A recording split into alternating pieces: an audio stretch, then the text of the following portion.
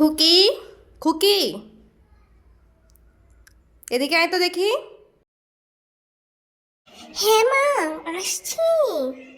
কি হলো, মা তো রেগে আছে কেন? নিশ্চয়ই আমার বাইরে ঘুরতে গেছিলাম বান্ধবীদের সাথে, সেটাই মাকে কেউ বলেছে। ইস, কি যে করি না আজ, কে যে বললো। ভগবান আমাকে বাঁচিয়ে নাও, বাড়িতে না বলে আর কখনো কোথাও যাবো না আমি। প্রচুর ভয় লাগছে, কি করি। ভগবান আমাকে বাঁচিয়ে নাও, মাকে দেখে তো আজ মনে হচ্ছে প্রচুর রেগে আছে মা। কি করি আমি এখন? হ্যাঁ মা, বলো কি হয়েছে, আমাকে কেন ডাকছিলে মা? তোর সাথে কথা আছে আমার, বস এখানে।